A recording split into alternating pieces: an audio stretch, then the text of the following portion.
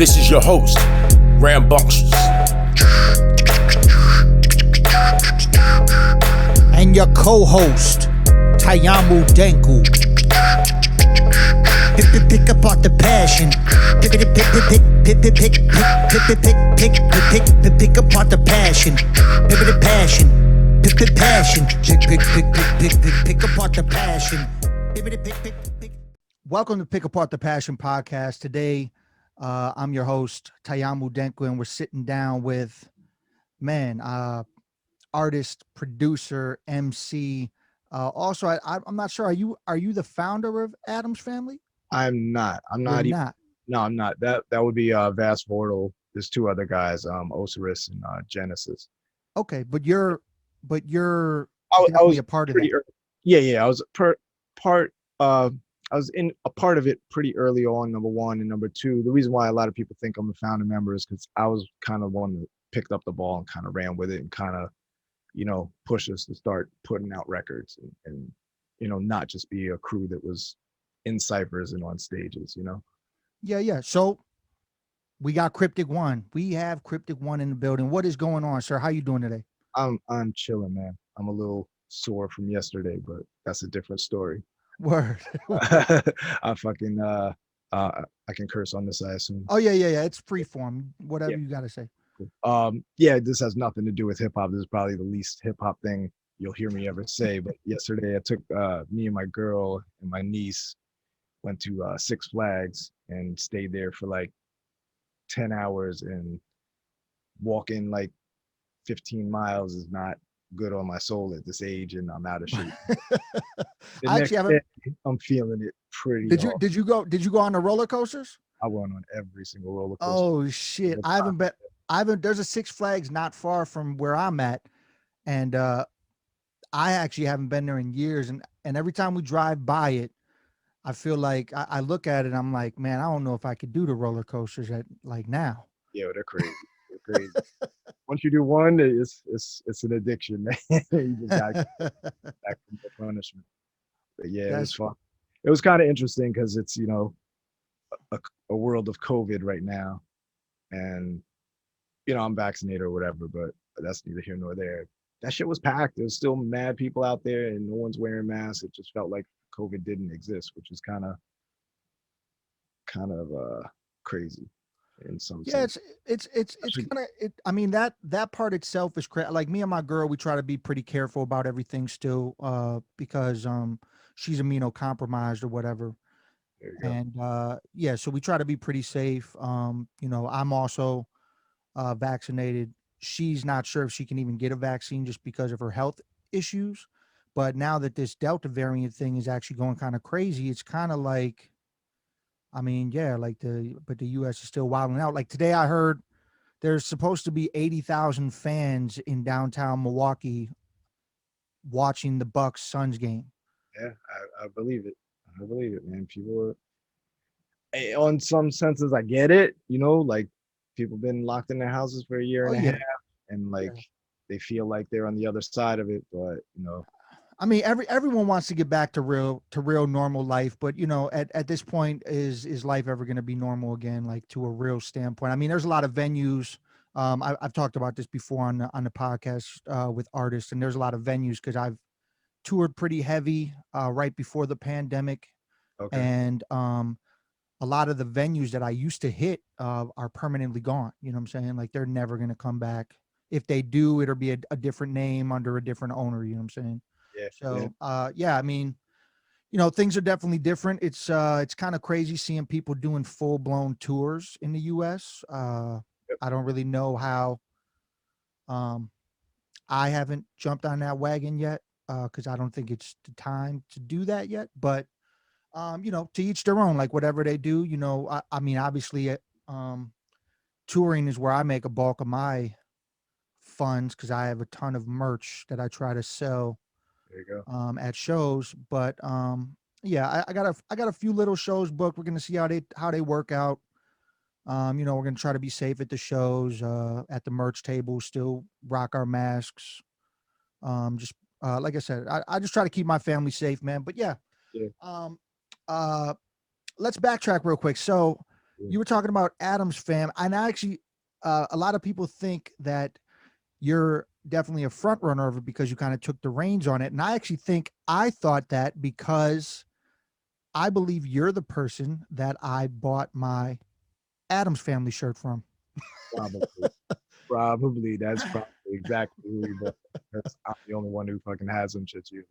Um, yeah, man, like Adams is it's still kind of like a baby of mine, you know, like I didn't create it, but I definitely like I believed in it, you know. I still believe in all the dudes who are involved in every capacity. Um, it was it came to me. I mean, I found the Adams dudes at a time in my life where I just kind of like the crew I was with kind of disbanded, and like these were these dudes that I just didn't know before that we aligned, and for me being a weirdo, you know, that's kind of rare. So like we clicked pretty quickly, and it's kind of weird the Adams history because back then there was a lot of people in Adams, like over 30. Oh um shit. yeah, there's a lot to Adams. Yeah, I guess I don't even really know the kind of the core members. I guess I don't really Yeah, exactly, because like you know what, for whatever reason some people stopped rhyming, some people just didn't want to go in the same path we were going. um and you know that shit happens, that shit's normal, but you know, we found the core eight that were kind of serious, more serious than the rest, and willing to show up and do the things.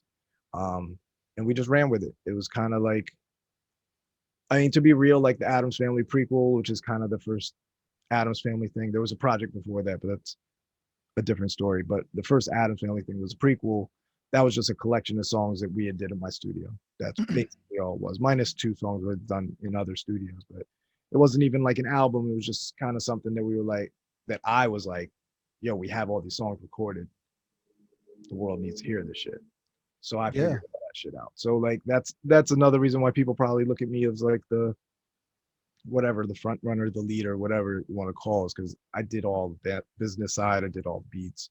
Um, because I had put out a record before. I had been at that point, I had already been making music in studios for 10 years, you know, so like I was the one with the most experience. So like I kind of like just took that role kind of naturally, you know, like, Yeah. you know, someone had to pick up the ball and run, you know. So like that just became my role early on. Yeah. When did Cryptic One start doing music? And did you go by that name or did you change it, transition it? You know what It I'm saying? transitioned a couple times. The first time I started making music was just kind of like bullshit. Like I think we all kind of went through this phase where we were just kind of rapping for fun. You know, you write things, but like I'm not a rapper, you know, like I wasn't recording songs. I was just doing the shit for myself. That was maybe in like 87, um, 87, 88. So Okay. in that era, it's when I started to write more. Um, then 89, I got my first set of Technique 1200s. I started DJing and making little pause tape beats. And this was all under the name Phasey, the Cryptic One. Phasey was kind of like my graph name, and then the Cryptic One was kind of like a title. Yeah, And yeah, yeah. even back then, like I think I got that name in like 89. And then eventually I dropped Phasey, then eventually I dropped the duh, and now I'm just Cryptic One, but even now it's shortened to like Crip Uno is what most people call me right now.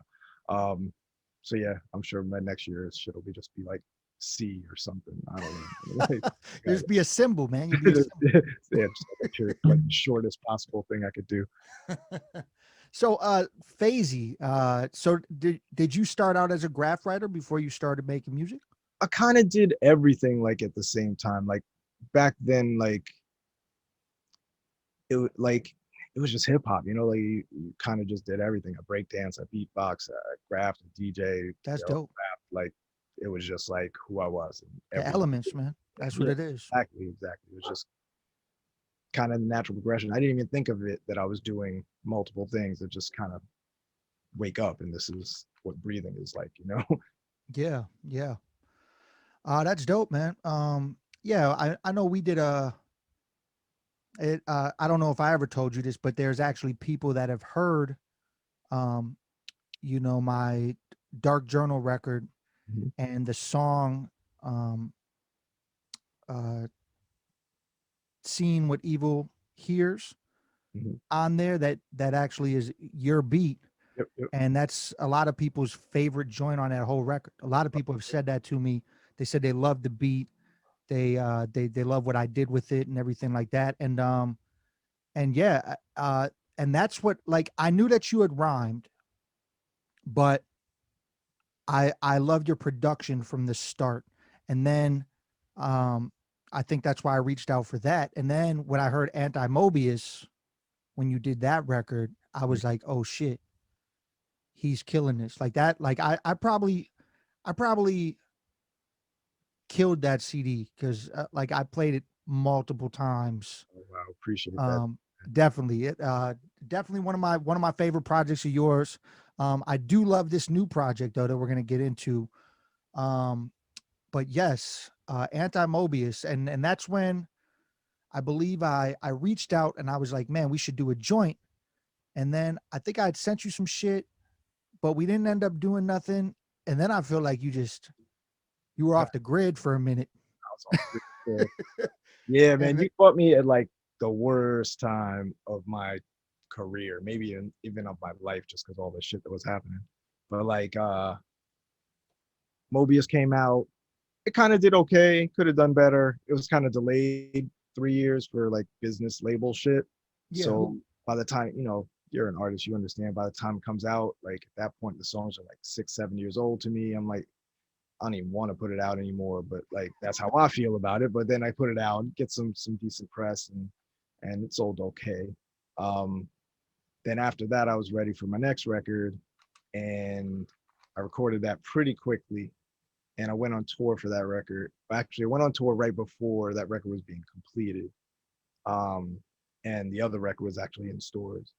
And I came back from the tour, and I was just kind of like, things didn't go well with the tour because it just kind of hit at the wrong time. It was like there was a period right after Katrina where like the country was just kind of crazy and gas prices were crazy and you tour. So if you're driving, yeah, yep. gas prices are like 14 a gallon. That's gonna cut into the budget, which is gonna cut into your pay. So like came home and we sold a ton of merch on that tour, but I came home and I was like, yeah, I just spent all this time out there and made a little bit of money. And the label was kind of in a weird spot because um, I don't really want to throw anyone under the bus, but like with the other record, there were some business things that weren't working out. And they had the rights to my whole catalog. So I was just Mm, kind of just stuck in a place like, shit, I don't want to put out another record with them. Then like some personal shit happened and it was just kind of like, why am I doing this shit? Like I kind of talked about this in I don't know if you saw the documentary, Adult Rappers. Talked about it a mm, little bit in there, but just kind of got to the point where it's like, I don't even want to do this right now. It was stressful. Like the music part of it was still there, but like I kind of associated it all together. So I was just like, I'm done. Just like a bounce. Like you said, I was off the grid. I just kind of like everything music related, just chopped that shit off and put it in a drawer and I just went and lived life. And I did that for a good like 4 or 5 years. I was just like done with music. Kind of listened, and I would pay attention to shit, but I wasn't like the hardcore hip hop head. Like I had to make music every day shit. yeah, yeah, yeah. Yeah, yeah. So yeah, like you said, when you called me, I was off the grid. Like literally, I had to stop answering emails. I like shit. I think this shows you the age. I think it was MySpace. I was like, I'm not logging into MySpace again. Yep, that was about the time around the Yeah, MySpace era. there it is. Yeah, I mean, everyone goes through things, man, that either has people step back and look, or has people question what they're doing. I mean, I've definitely, I mean, when I had my kids, I wasn't doing music even close to as heavy as I was doing because they needed me to be there. You know what I'm saying? Now they're a little older. I've had some opportunities, and I kind of am trying to run with them and see what I can make happen. Um, but yeah, man. I mean, everyone, goes through life things, and you know, sometimes it gets them to step back from what they love to do. But I'm glad that you came back to this because Sure. this record, Pirata, right? Did I say it right? You said it right. Yes, Pirata with you and Jest One. Jest One did all the production on this though, Just, except one joint. Except one joint. it was yeah, Decoy Octopus did that one, but Jess did everything. It's kind of his, in the same way like Adam's Family, the prequel was my brainchild. This record is kind of his brainchild, in a sense that like the title is kind of his. All the beats are his. Like the idea, the concept of like being a pirate is kind of like his shit. So I just kind of ran with it lyrically. Like,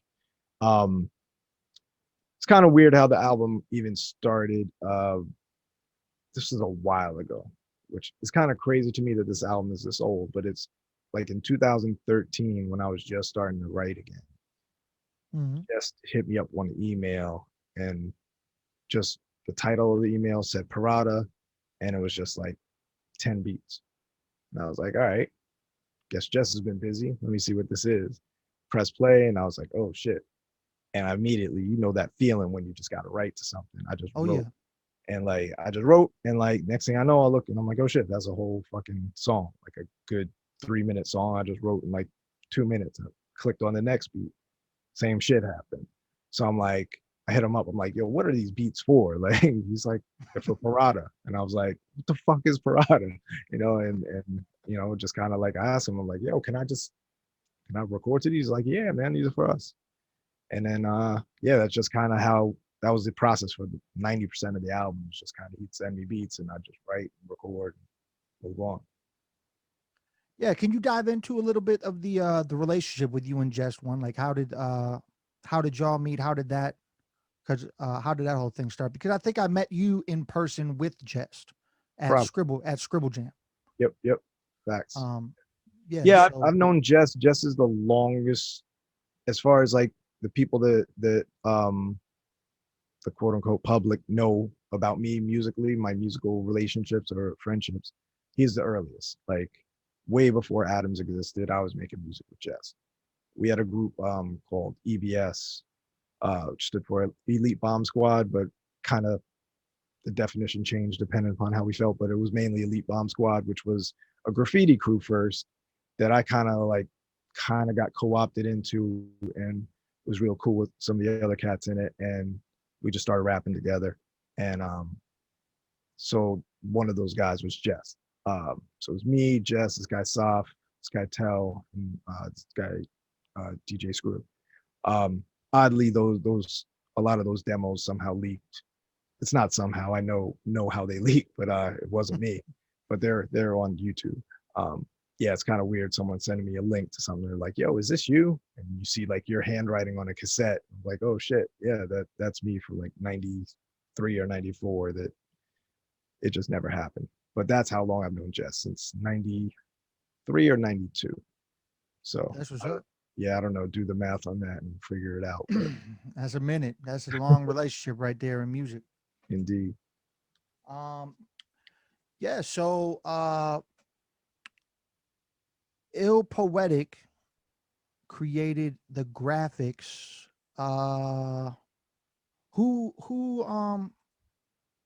Who reached out to get him to do the graphics? I did. I saw.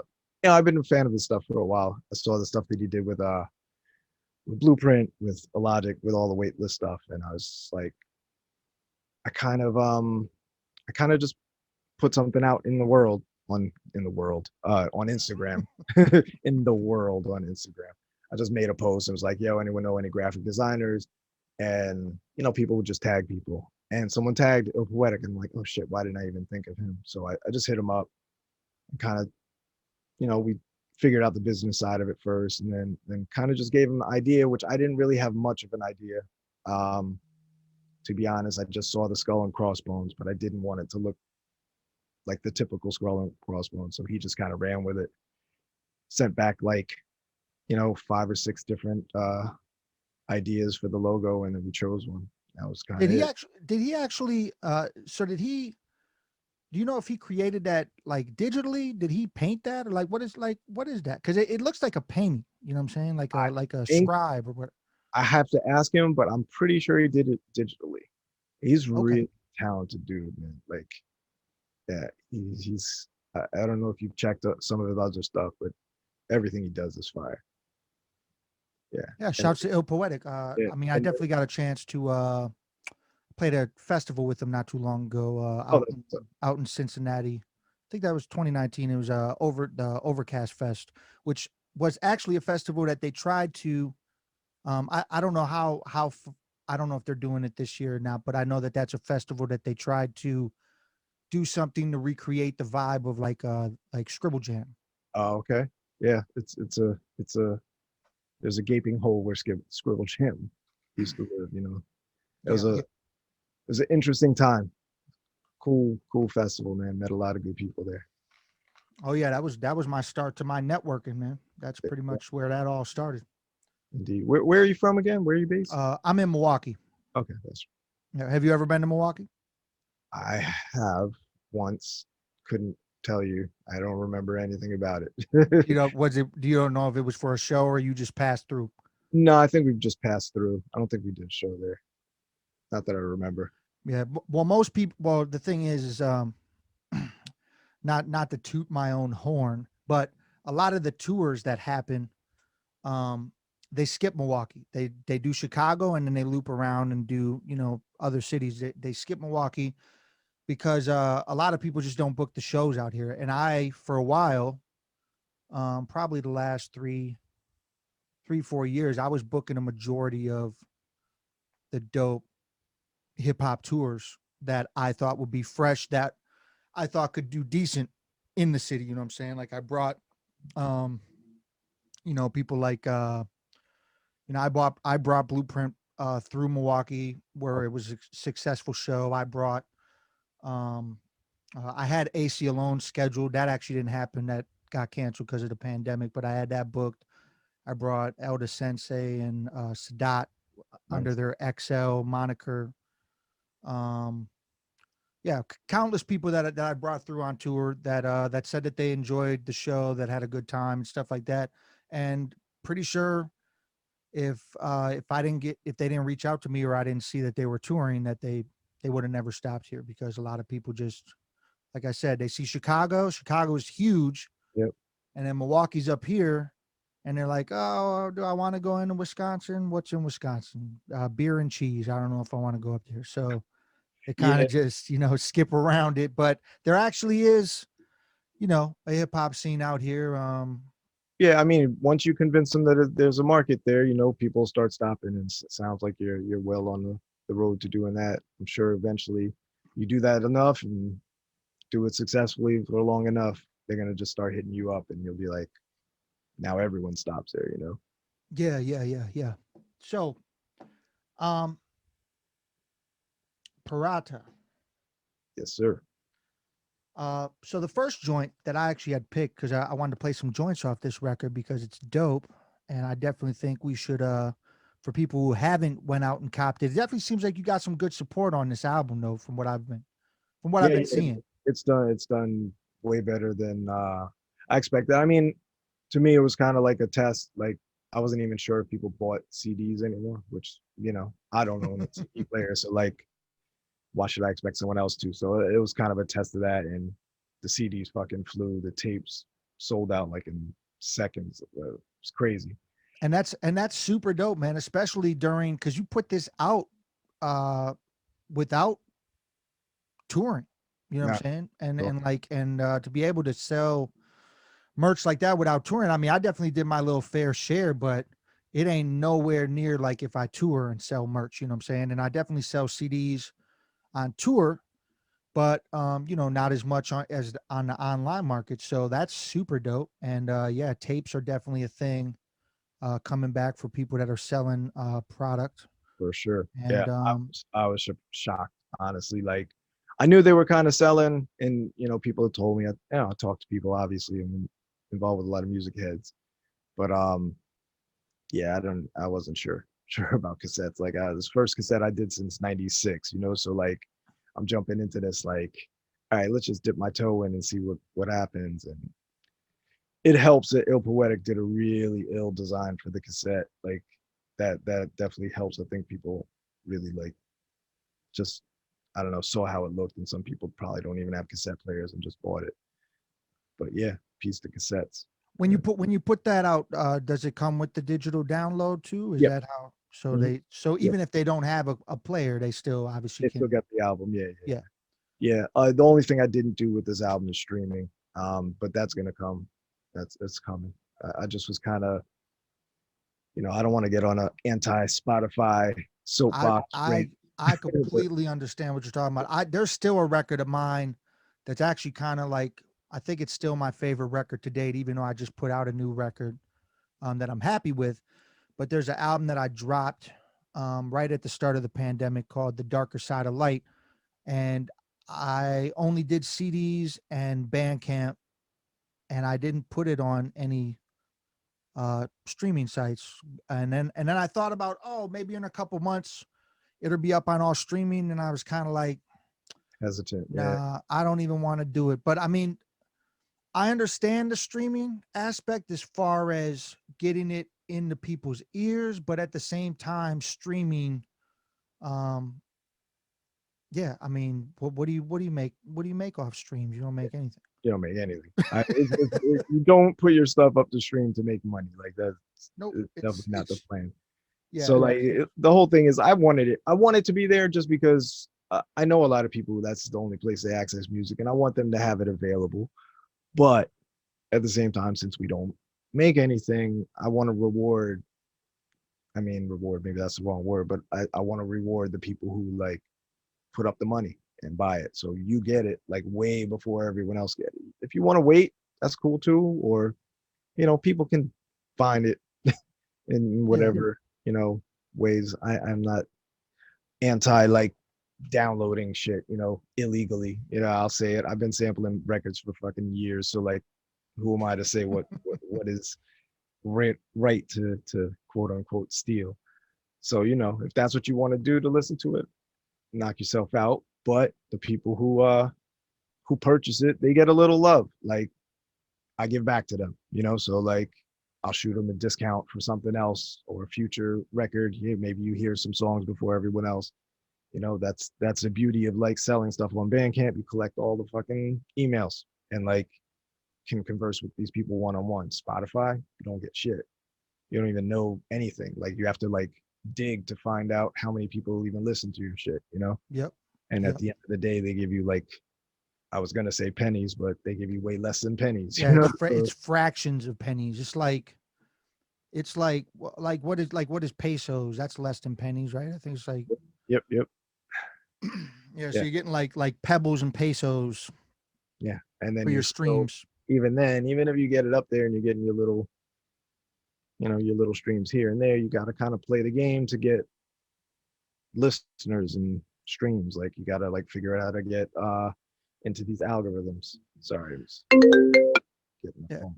It was it's ringing. it's actually crazy in today's era, like how different it is, because a lot of people revolve their entire artistry around the number of streams that they get. They think that the number of streams that they have on Spotify, even though they're not making, barely anything off it, leads to them being a successful artist. It leads to them being, a top tier artist. It's always crazy to me because it's like a lot of those people, I've met some of those people, I've come across some of those people.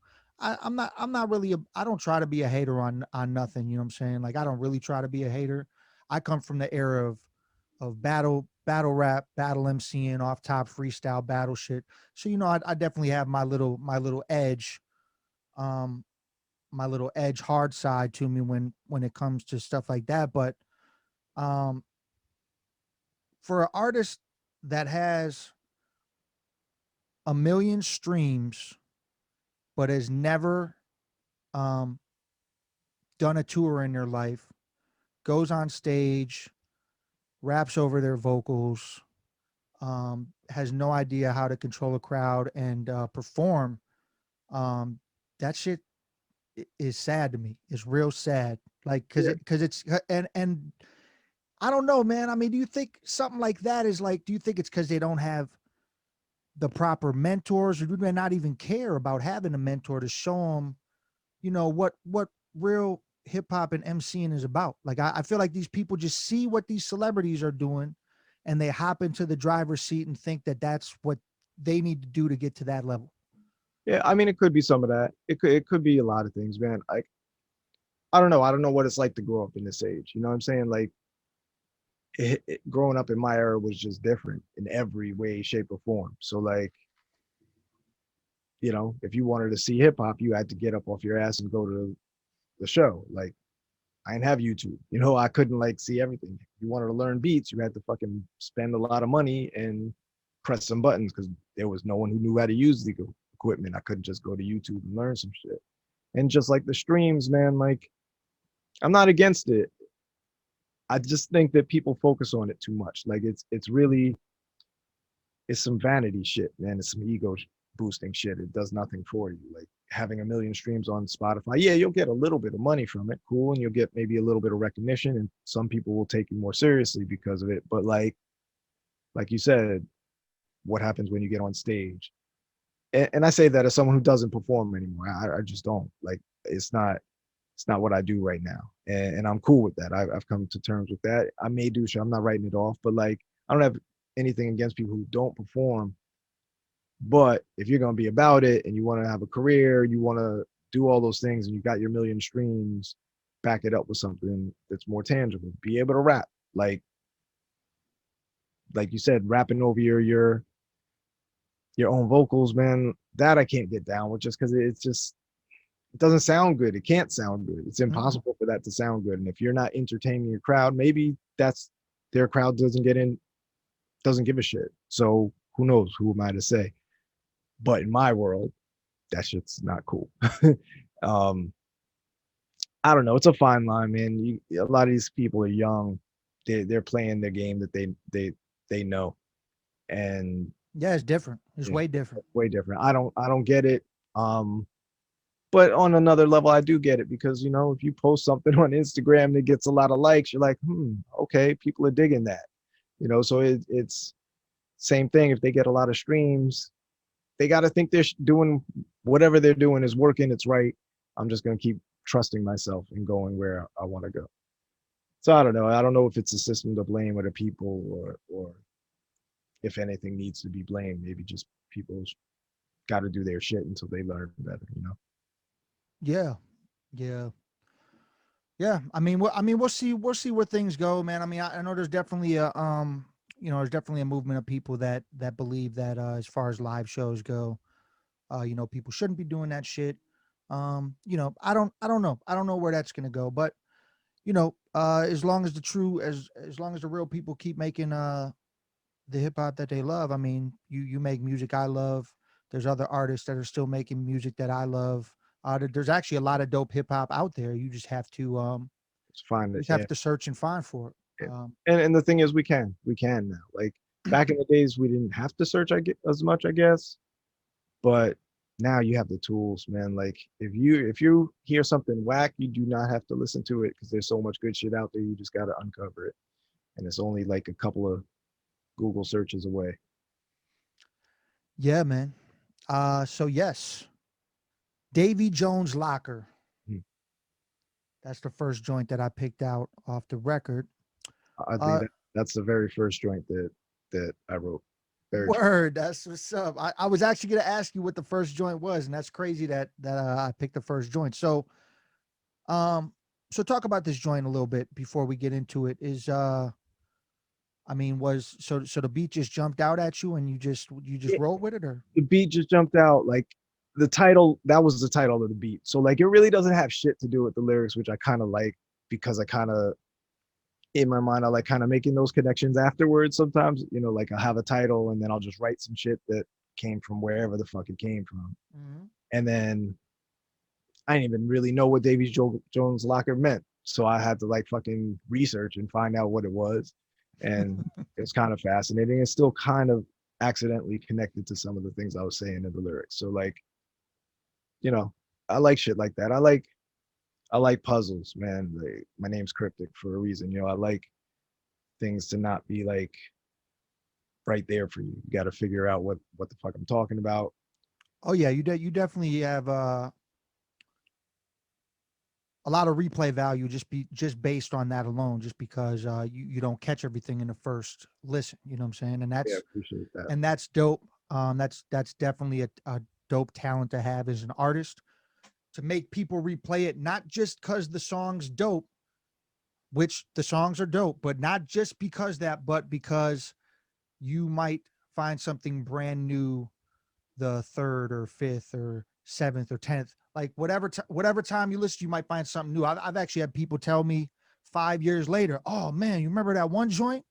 Man, I didn't know that you said this. I was like, I put that shit out 5 years ago. They was like, yeah, but when I first heard it, I didn't know that was that. I was like, oh shit, well, that's dope. Yeah, man. That's the type of music I love listening to, man. It's like those are the ones that stand out, that no matter how many times you listen, you're always finding a new gem buried in there. So that's how I try to write, man. I'm glad that you picked up on that, man. Oh yeah. So let's get into it. This is Davy Jones Locker. Let's go. Jest One on the beat. Cryptic One. Here we go.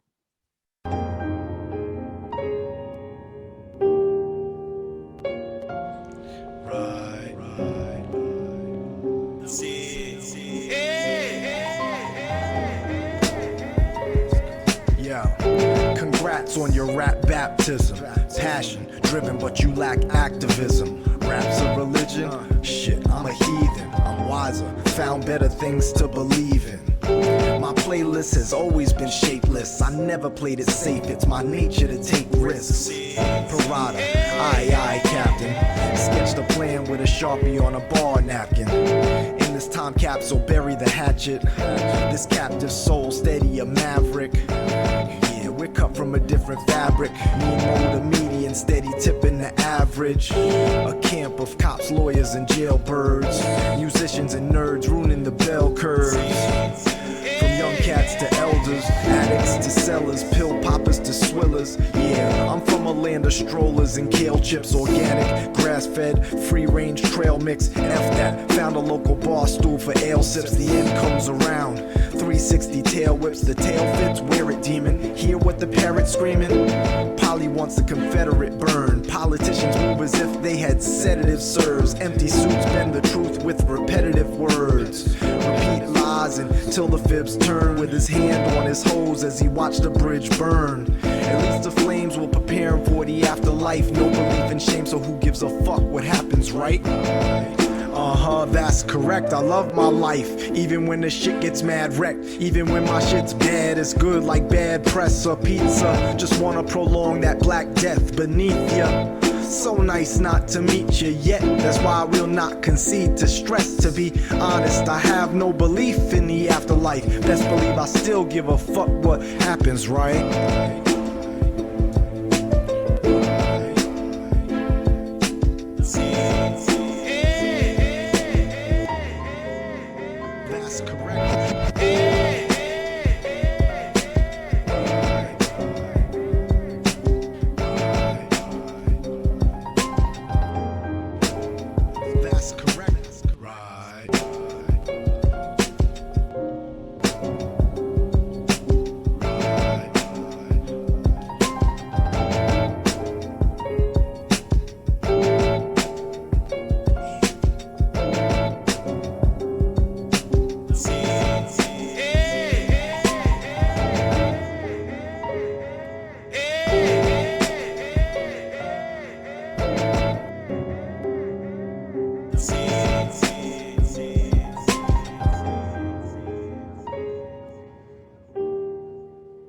Word.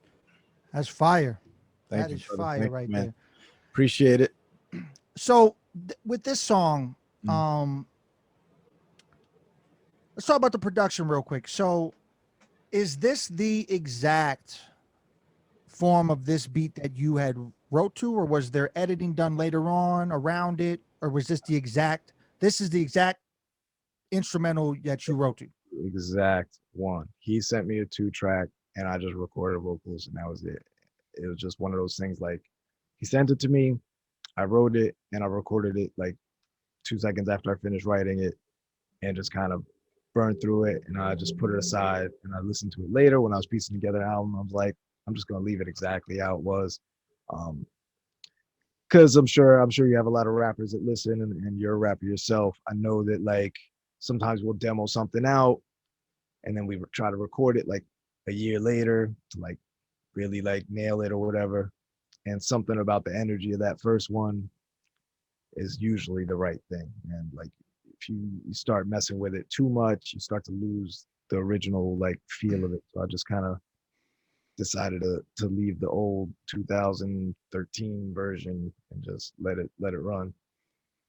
And that's dope. I mean, I don't think anything needed to be touched. I mean, even if this is the complete original version, it sounds good how it is. I mean, I definitely there's definitely a lot of people who as far as production goes, they definitely overproduce. I think they tend to get to a point where they put too much into it because they think it doesn't have enough. And sometimes all you need is the original beat Yep. to rock to. You know what I'm saying? Yep. I agree. I will say I'm guilty of overproducing some stuff on my stuff, but yeah, just I like his bare bones, like just hit you with some funky shit and let's go, you know. Yeah. So as far as the engineering goes on this, who did you do all the mixing mastering of the project? I did the mixing and the mastering, but that comes with kind of a side note. Like I didn't mix any of the beats, so Okay. the way Jess sent them to me is how I rocked with them. I may have tweaked a little bit, here and there, but I mixed all the vocals, I recorded all the vocals, and I did the mastering. So yeah. Yeah, real quick, touch on that. How long have you been your own engineer? Because that's a talent in itself as well. Yeah, I mean, literally, I've done it since the first record. Like, it's 90% of the stuff I've mixed myself. Um, Maybe that's not too true because when I look at my solo projects like Anti-Mobius Strip, uh, I did mix it, but I had someone else master it. Truth, I had someone else mix it, and I did the mastering on it. So, I just kind of bounce it around depending upon, I guess, like where I am. I mean, it originally started, I just did it out of necessity. I didn't have studio money and I didn't know any engineers. So I just kind of winged it and figured it out and made a lot of mistakes. And so the first few records was kind of just me learning. And then by the time I got now, it's 20 some odd years later, I think I picked up some things and I like the sound I can get for the most part. There's still parts of me that like, to be straight up 100% real, I don't really enjoy the process of mixing. I hate it. I it's hate mixing. tedious as It's fuck. so tedious. Definitely takes. I think that's the reason why.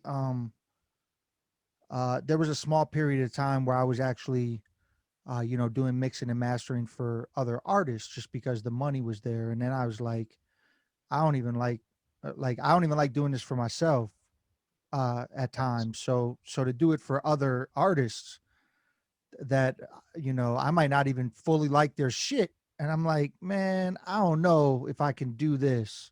Yep. I know there's money there. I know there's a lot of money there because a lot of people, don't have the skill to do their own engineering, but uh, I definitely think it's a skill that a lot of people should have or should look into trying to pick up because now we're at an age where it's right there in front of you. Like you can learn how to do it. I've been mixing and mastering my own music for 15 years. I think Okay. I started on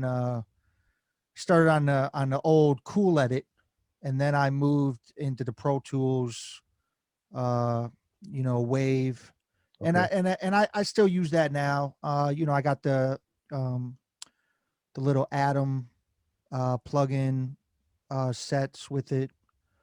But yeah, I mean that's basically what I use, and people have said they like how my mixing is. Oh, who mixed and who mastered your shit? And then when I tell them, well, I did, Yep. they're like, oh shit. And I'm like, well, yeah, and for me, the reason I started doing it is because studios were too motherfucking expensive. Yeah, absolutely, man. And the technology's there to do it now. When I started, you couldn't have a home studio that sounded anything like a studio. Now, shit, I could record something on my phone that sounds better than the records I put out in '96. Have that, like, I say it kind of jokingly, but that shit is 100. The shit I hear people making on phones, man, that shit sounds better than the equipment we had 20 years ago. So, you know, if it's in front of you, we all have a phone. If you want to that goes for anything. You want to make beats, you want to rap, you want to make music, and you have a phone. If you're not doing it because you think you need a studio, you're fooling yourself, man. Just get to work. So, as far as mixing goes, do you like digital or analog better? Do you like the sound of analog? Do you, compared Yeah, to I mean, if I could do it in analog, I would be an analog 100%. But that shit is expensive, and I live in a Brooklyn apartment. That shit takes up a lot of space and requires a lot of maintenance. But honestly, this day and age, the plugins that are available now can make your stuff sound pretty analog. So I try and go for that sound for the most part. And I think I'm getting close. But yeah, I miss recording on analog stuff. It definitely sounds different, feels different. But I also like the what's the word? The ease, just the ability to do things in digital that you just can't do on tape. Like yeah, yep, when I move a verse, it takes 2 seconds. I could yeah, just it takes no time. drag that shit over to the right and it's done. Like I ain't giving that up. Not for the shit to sound better. Like it's just Yeah, not like yeah, man. Because I used to record on like 4 tracks at first, and then move to 8-track reel to reels, and I miss it, but I don't miss it. So I mess around with the idea of just getting one and play around with, but all I'm gonna probably do is record stuff digitally and then dump it out to the tape and dump it back into the computer. So maybe that's worth it, but I don't foresee it happening. How yeah. about what are you messing with? You more digital person or Yeah, I've always been more digital. I think I mean, when we used to go to a studio as a group back in the day, I would dabble and watch, um, the engineer of that studio mess around with the analog because he had an analog. We recorded our first group record on DAT tapes. Um, I mean, yeah, it was cool to get to learn that a little bit and watch it. I think I only did it. I only dabbled into a 4 track okay? when I messed with that. And then actually once more of the digital stuff came out, since it was so easy to use, I kind of just went that direction, and that's what I've been using ever since. Pretty much, got my little setup, my little I got 2 sets of monitors that I go back and forth between to get to hear the different. I got a big set and a smaller set that I go back and forth, and then yeah, I got the M audio box. I actually went with the high quality dynamic instead of the condenser. Okay. And there was actually a dude at the music store that I went to that talked me into. He was like, "Oh, well, what kind of music do you do?" And I was like, "Well, I do hip hop, I rap, I do stuff like that." And he was like, "And you've been using condensers this whole time?" And at that point in time, I was going back and forth between a Behringer mic and I can't remember the other mic. There was 2 condensers that I used to own. I actually still have. I have a fucking super pricey Newman condenser that I don't even take out of the box. Like it's just there Yeah. because I've gotten so used to how this sounds and how good this tends to sound with me recording because it only picks up, what you channel directly into it. It doesn't get the whole and it helps because since I just use my small studio space, like, I don't have a booth or nothing like that. I don't have any of that. And I never had to invest in um soundproofing really because this works. Yeah. I don't know. It's kind of crazy. Like I've definitely been in booths. I definitely like the silence. Like that's cool. But if anybody that listens to the music that I've done, I've been able to make it work the way I've been doing it. I've been recording, I think, in my studio space for the last 15 years. And then Okay. before that, we used to go to studios, and it was, like I said, it was cool. It was a whole different vibe. It was fun. Yeah. Until, at the end of the night, you gotta, cough up that money per hour. You know what I'm Yeah. saying? Per hour. Yeah, it's that, and like I don't know, the studio era, like because I went through that too. Like the first, I don't know, like 9 years of making music, I was in studios heavy. The cost, and you rush shit. You rush it because it costing you per hour. You're Mhm. like, oh, we only have an hour left. Let's hurry up and knock this shit out. It's not the environment I want to be in. And yeah, man, like as far as like the mic shit goes, to me it's always about kind of searching for the right mic for you and for what you do. And like for some people it's a $3,000 condenser, and so for some it's a the dynamic joint. For me, I still haven't found the perfect mic, man. I'll let you know when I find it. But so I best I have three condensers right now, and I have a dynamic mic that I never used. And I think like for me, like different projects, I just feel like it needs to sound different, so I'll switch out a mic or I'll do something weird. And I don't have a booth at home. Never had a booth at home. Never will have a booth at home. I've been in booths. I appreciate them for what they are, but for the type of music I'm making, I don't see it necessary. I record right in this spot half the time. Just move this up here. I don't even have a mic Yeah, stand. and this is where I record right Yeah, here. yeah. So it's yeah, I mean, it is what it is. I got my crazy Funko Pop collection that I took up on during the pandemic right above me. All right. And but yeah, man, I mean, the space is so full of things that I think it does its own soundproofing help. Like I Oh gotta, yeah, yeah.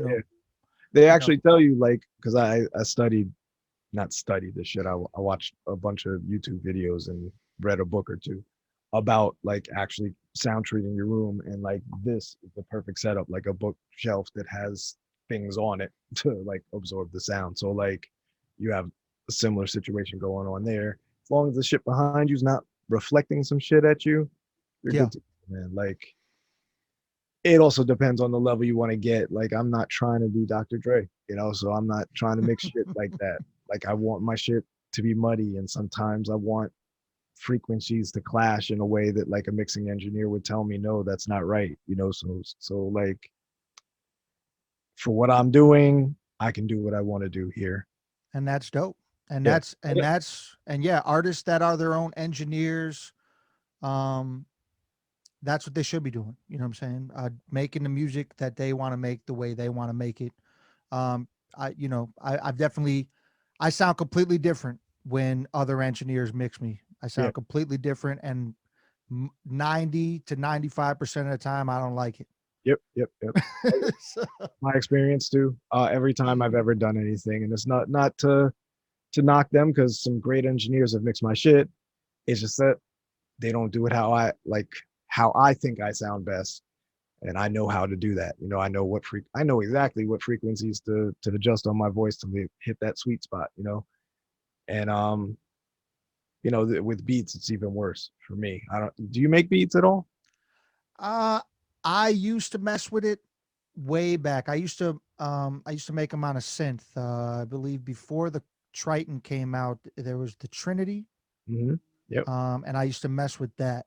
Um, but not really. I never got into the art of producing. Okay. Okay. And then I started getting around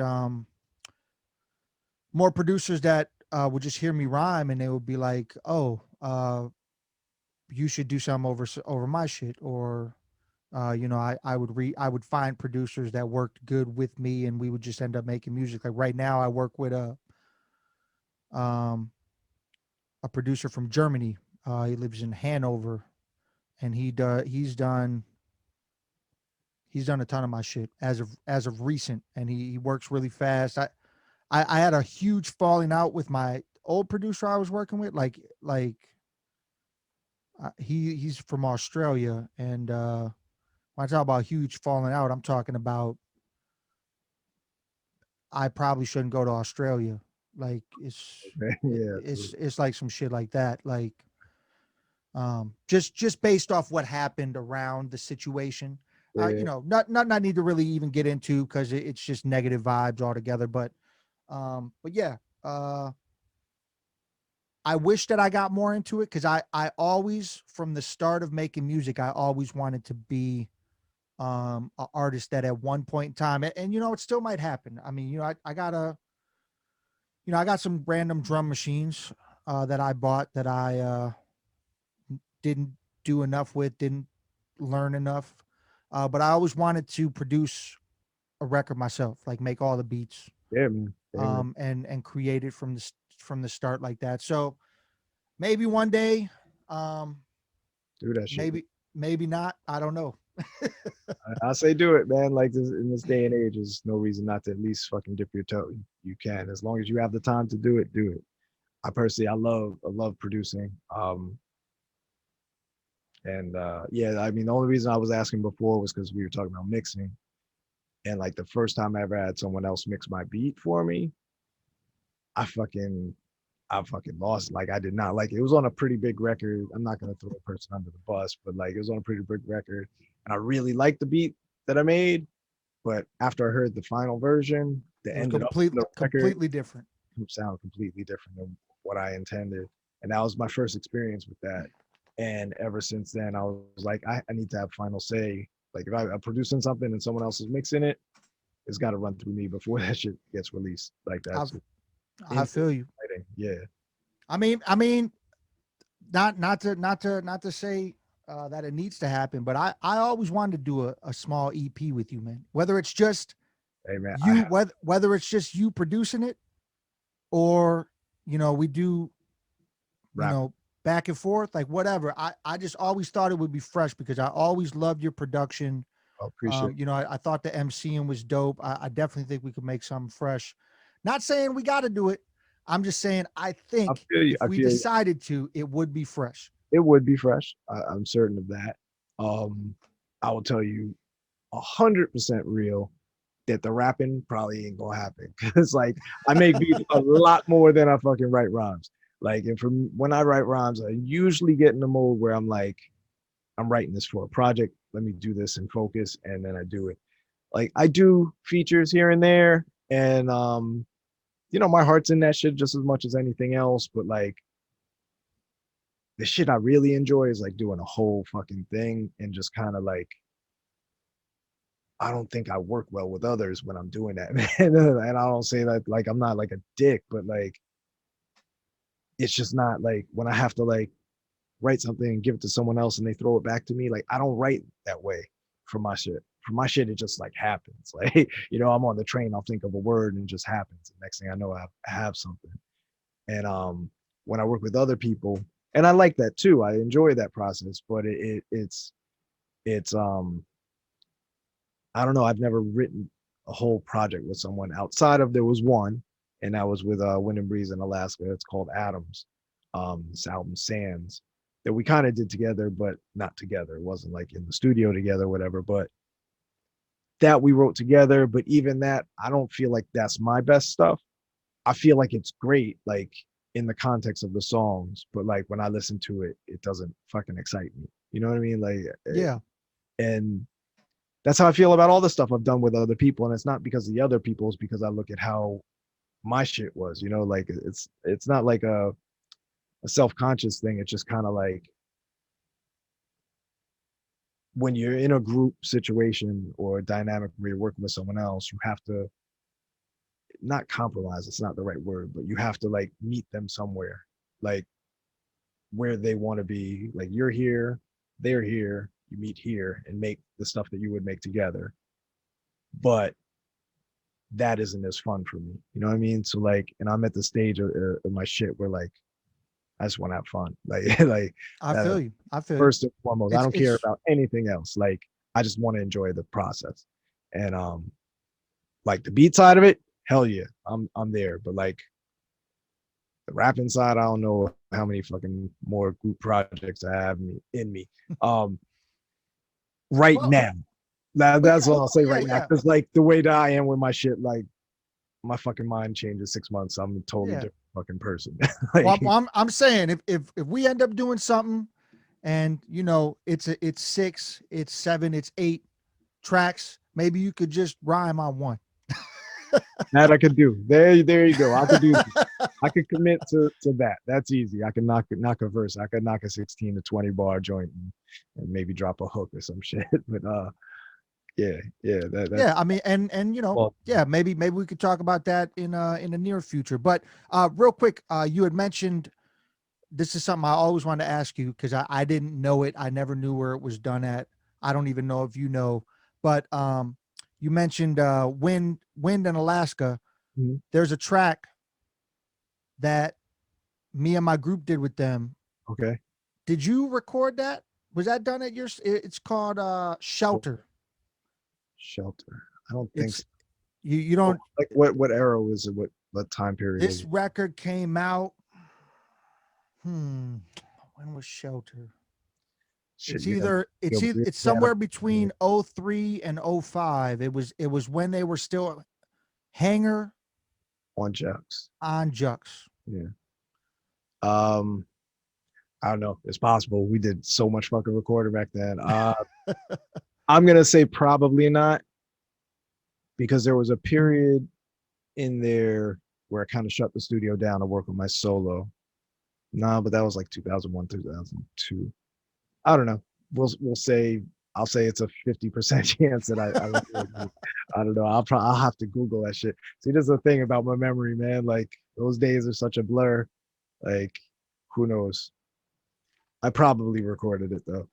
Um, yeah, I know the song. I can hear it in my head, but I don't remember. I don't remember if I recorded it. Yeah, NASA did the beat. Okay. And Short Rock did the cuts, and then yeah, we reached out and we got Wind in Alaska on it when they were still, um, you know, under Hangar 18 on Jux, because I remember on the CD it says that we had to get the rights from Jux for them to be on the joint. Right. Right. Um, so yeah, I know that happened. And me and Alaska did a joint that he did on my solo record in 07, but I think we recorded that in probably 05 or something like that. Okay. But that one Um, got recorded. and that was it's crazy that song actually features DJ Figure, who is now a famous EDM DJ. It's crazy. Small world, But man. back then he used to do hip hop shit. Like he used to DJ and make beats, but it was hip hop shit. Now he's signed to like Skrillex's label and became a famous EDM DJ. Shit. Is weird, but Power to him, man.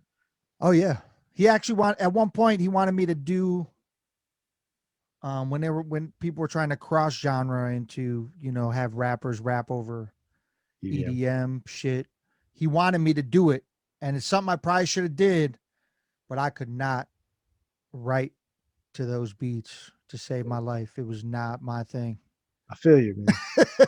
Definitely have been in those positions. I have nothing against any form of music, but like sometimes when you try and force that shit, sometimes it's just best to step back and be like, maybe I'll let someone else do it.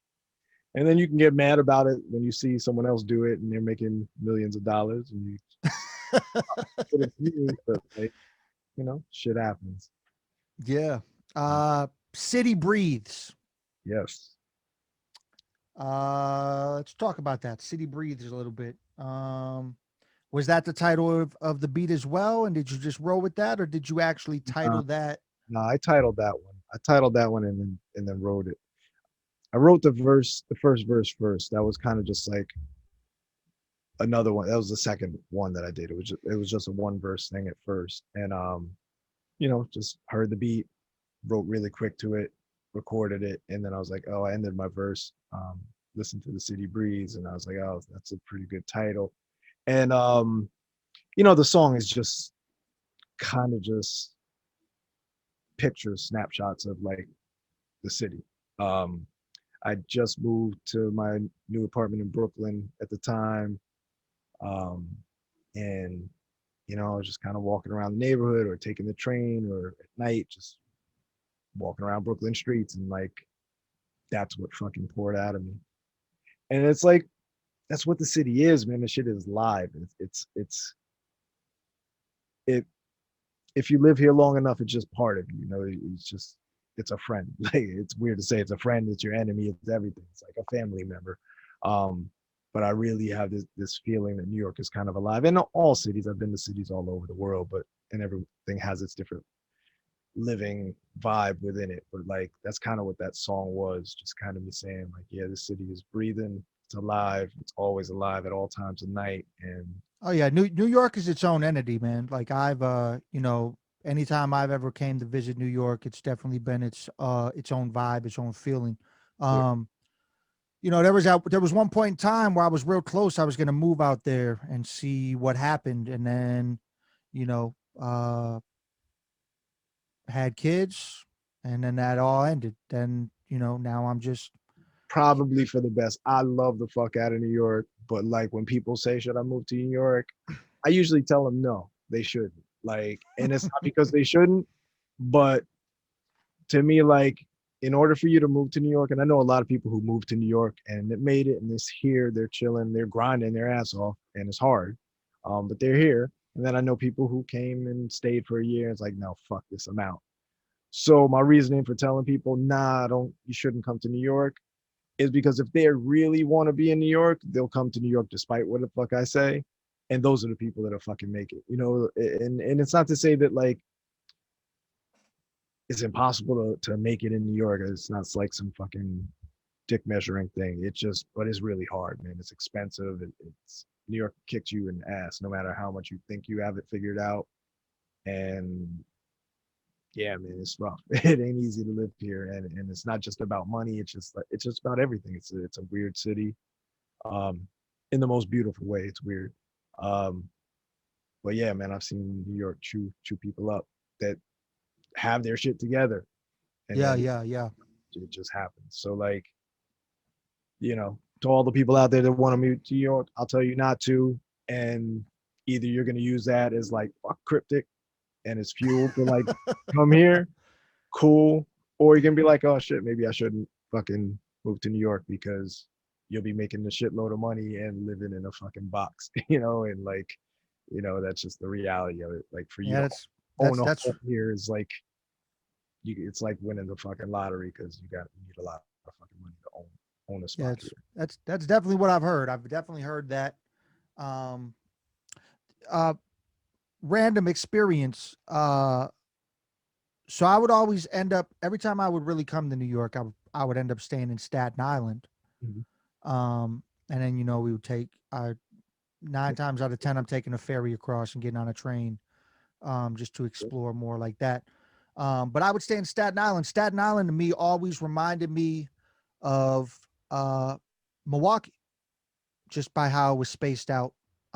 Not like the other boroughs, like not like Manhattan. You got all the high rises, or you go into Brooklyn and you got all the everything's close together, stuff like that. Because I remember I did a video out there, and we had to stop at somebody's house that actually owned a house, and it was in Brooklyn, Mhm. and I was like, this looks weird because it's like a majority of the places I've seen coming to this house were a lot of apartment spots or whatever. And then there's this dude that had his house, and I swear it was like in between apartments, and it was just there.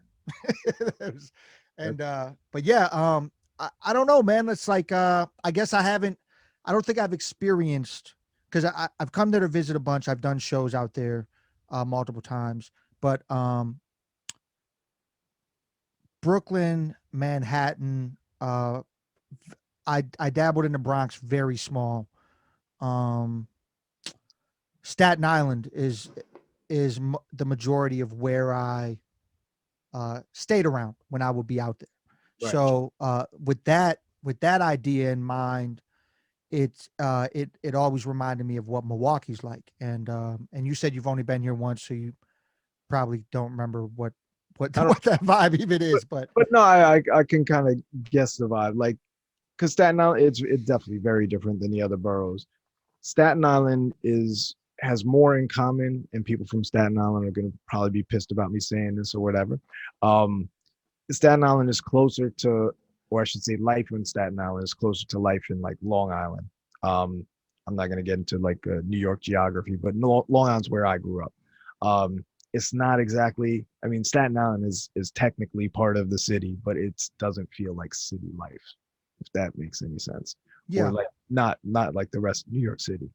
And you know, to be real, a lot of people like crack a lot of jokes at Staten Island's expense. A lot of people in New York, you know, like that's a stepchild borough. People talk shit about it. But Staten Island is pretty fucking cool, and it's cheaper than the rest of the boroughs. Like, so like, if you're gonna own a house, Staten Island might be a good place to buy a house in New York, you know. But it's different than the experience that at least I was talking about in this song. Like, you know, I've been to Staten Island a bunch, but never lived there, so I don't have that much experience there. But I could see what you're saying about it. It definitely more spread out than the rest of, for sure. You're more likely to need a car. Like, I don't need a car. Like, I can get anywhere I want to go in Brooklyn, public transportation easily. But Staten Island, it's not like you're just gonna walk out and jump on a subway. You know, like, yep. You have to drive to, or take a cab to the ferry, to the subway, you know, and I think that's a large part of like the world of New York, for me at least, like is public transportation. Just like, that's what the song is, you know, like, get on the train, I see this kind of person, I see this thing happen, I get out of the train at this stop, I don't know where the fuck I am, and I see this shit happen. So yeah, anyway, I say all that shit. I don't even know if any of that made much sense, but shout out to Shaolin. I love y'all in Staten Island. All right, here, let's get into it. City Breathes. Let's do it.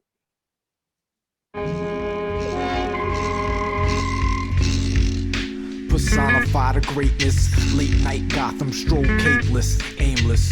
Peer at the crane lift, aim for the same shit. Hard hat, dangerous. Construction zone, chain link. Car fire, barbed wire, safety sign, canine. Loud growl, turn bark.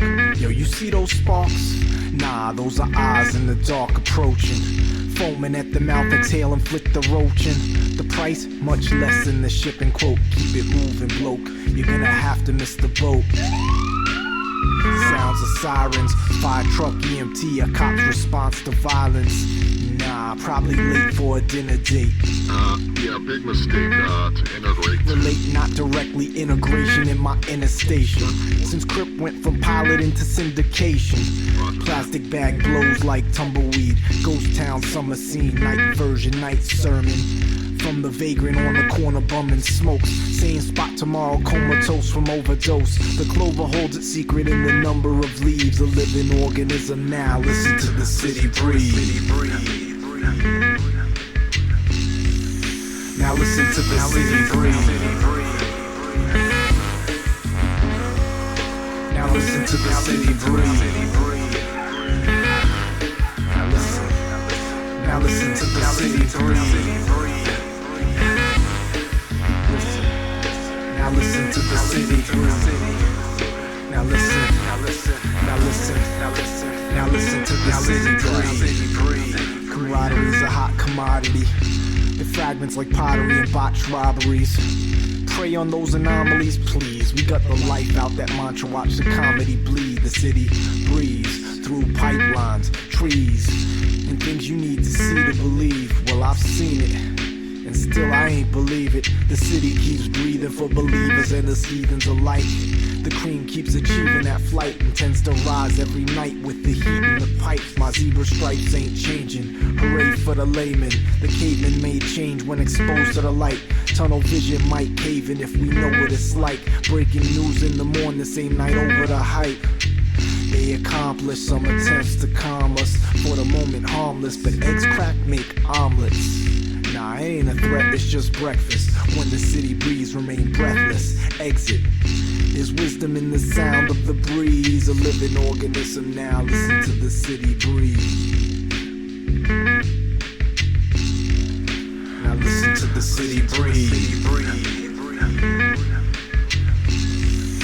Now listen to the city breathe. Now listen to the city breathe. Now listen to the city breathe.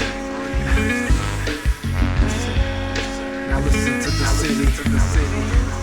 Now listen. Now listen. Now listen. Now listen. Now listen to the city breathe.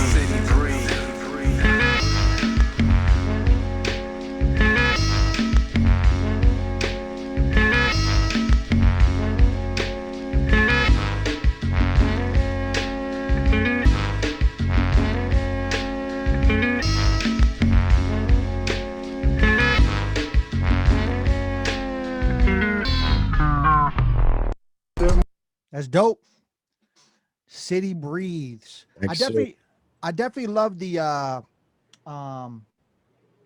you said you wrote the first verse first when you initially heard the beat, right? Yeah. That was just Yeah, and that's yeah, the imagery in the first verse is super dope. Like I love the imagery. And that feels like in the second verse, how long did it so you wrote the first verse and then you set this joint off to the side and you came back to it? came back to it maybe 2 years later and wrote the second verse. So like, and I feel what you're saying, like the imagery, the first verse, definitely that's all it kind of is. It's like, it was literally things that I saw, you know, I literally like all within like a week of something. And then I sat down, heard the beat, and I just wrote my week. Like I saw like a black plastic bag rolling across the street.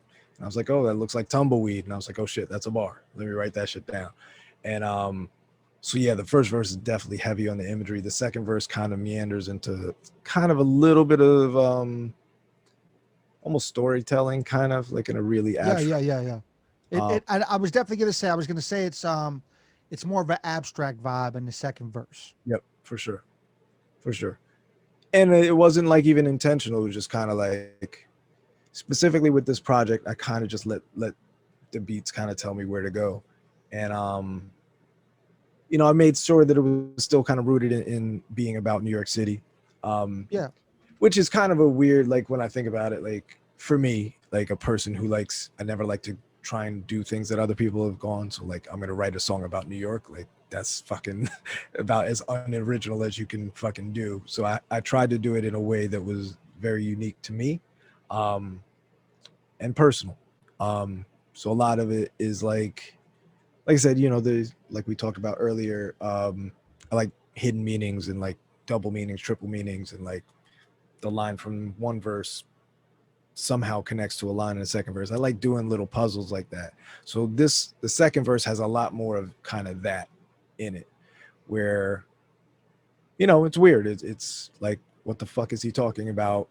That's how I perceive how people look at it, you know, and maybe that's not it, but like when I write it, it's just kind of like, I don't know, abstract, I guess is the best word, just kind of free flowing. I let my pen fucking go.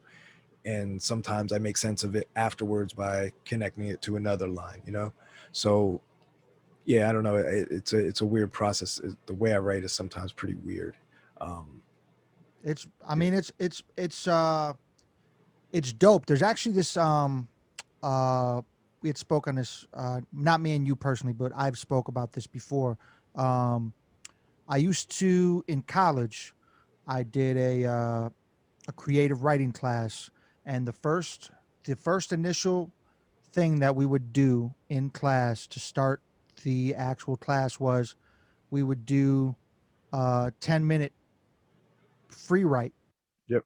about whatever, like whatever's in your mind, whatever's working to get the brain working in whatever direction it wants to go. And there's actually things that I wrote in that class at the start in those 10-minute sessions that I used for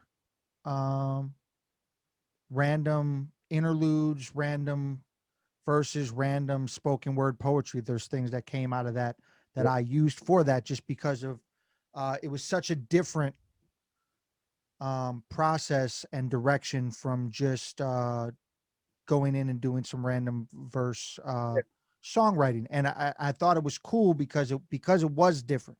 Yeah, You know yeah. what I'm No, that's a writing exercise I actually do pretty often. Is I just blank sheet of paper and just go, and like whatever comes out, and it's never like the end result, but like there's some things that come out in that shit that I would never be able to write with intention. You know what I mean? Like sitting there thinking about it, like, oh, what am I gonna write next? Which I love that process too. But like I think it comes from a lot of like listening to Ghostface. Like saying? clearly he does that. Like Oh it's yeah. it's Yeah. a lot of non sequiturs and like things that are seemingly random, but they're not random and they have meaning to him, and maybe you don't get it. And like as far as like rappers like doing that shit, like he's one of the fucking illest in his prime. Like his newer shit isn't really like that. I still like his newer shit, but it's not fucking Supreme Clientele. What the fuck is Ghost talking about? But Oh like yeah. Iron Man, Supreme Clientele, definitely both of those records. yeah, Yeah. Or early Ghostface. I mean, that's what made him probably. Yeah, I'd say he's probably my favorite Wu member yeah, for me. yeah, pound for pound, yeah, for sure. Ghost is easily for me. I mean, and I love Wu. I love everybody in Wu, but like Ghost is the one. He's just unique. Yep. Yep. Still picking up shit from things he did 20 something years ago and listening like, oh shit, that's what he fucking meant. Yeah, this is the dude. Were you around? Were you around when LP did the joint with Ghost? Nah, Were you weren't around? like shit. I didn't. L did a piece with. I didn't even know that, He man. did. He Yeah, did a joint. He did a joint with Ghost. like produced it or he rap with him. I'm pretty sure he's on the joint. Oh shit, I gotta. Why do I not know about that? I need to go peep that shit. I'm about It to. was it was. I actually think, I'm not even gonna lie to you. I actually think I have the vinyl single. Oh damn, I'm slipping because I love L. Now, just so I'm not fucking up, I'm actually gonna make sure that I'm not fucking up real quick. Oh yeah, it is But entirely possible. I don't stay on top of shit like I probably should. let me see. Yep. Uh, it was a Profuse 73 song Oh, that then that Ghost and L are on. okay. I may have heard that then because I know most of the perfume stuff. And do you know what year it was? Was it like Um, oh man, I feel like it's like just a roundabout? Like oh is it three, 03? Okay, something like then that. I probably heard it. I don't know why I don't remember it, but if it was that era, I was definitely like heavily into everything, so I would have known it then. Yeah, because when it came out, I was all like, "Oh, that shit's crazy." Because around that time is when we did that's when we were as a group, um, as a group, I feel like we were trying to get down with Jux at Right. one point in time because we were pretty cool with NASA. You know what I'm saying? And that's when he was still with the presence. Yeah. And Um, then and doing and all uh, the and and I had a kind of a friendship uh with Hanger, and I had known you. I had known Jest, uh, and I feel like did I work with Vast at that point? I don't think so yet. I don't think because me and Vast have done a few songs right. at this point. I feel like we haven't worked together yet at that. I think Hanger was the first Jux um people that I've worked with. So yeah, we were trying, we were trying to get down as a group at that point in time. We thought that would have been a cool move to Yeah. make, and then I feel like shortly after that, I mean, Jux kind of disbanded, Right. and Right. then you know, and then later on, Run the Jewels happened, Yeah. and I was like, well, that's crazy. That's like a whole different thing. Like, Yeah. I have that shit. Good for L, man. It's hard to fucking even believe how much those dudes are blowing up. It's kind of crazy. oh yeah, Yeah, good for yeah, them. yeah. Like my girl. I've still never seen them live, but my girl has been to Run the Jewels concert, and she said it's the most um the vibe of those concerts is just crazy, and it's crazy how they can control the crowd based off the production, because they don't jump around on stage. You hear what I'm saying? Like they stand on opposite sides, she says, and they basically just control the crowd with the bass and like with the vibe of the you know the Wow. production. Like they stand on opposite sides. They do their raps, but they're not those people that Yeah. are like jumping around on stage to get the crowd hype. You know what I'm saying? They let the production and get the crowd hype, and then they do their verses. Yeah, man. Hey, shit. More power to it. That's L. That's all L's production, man. He can invoke a lot of energy from them beats, man. Those dudes, man. They've crushing. They are crushing the fucking scene right now. Oh And yeah. yeah, and it's fucking unreal. The first time I knew that they were really doing it, this was maybe like 6 years ago. And maybe even it was around the time Run the Jewels 2, I think, was coming out or just came out. And I was in my old apartment in Brooklyn. And my neighbor, who lives right across the hall from me at the time, I knew he was a guitar player, but like he wasn't into hip hop at all. I'd hear him play music because the walls in these apartments are pretty thin. So you could hear him play music. One day he's playing some shit.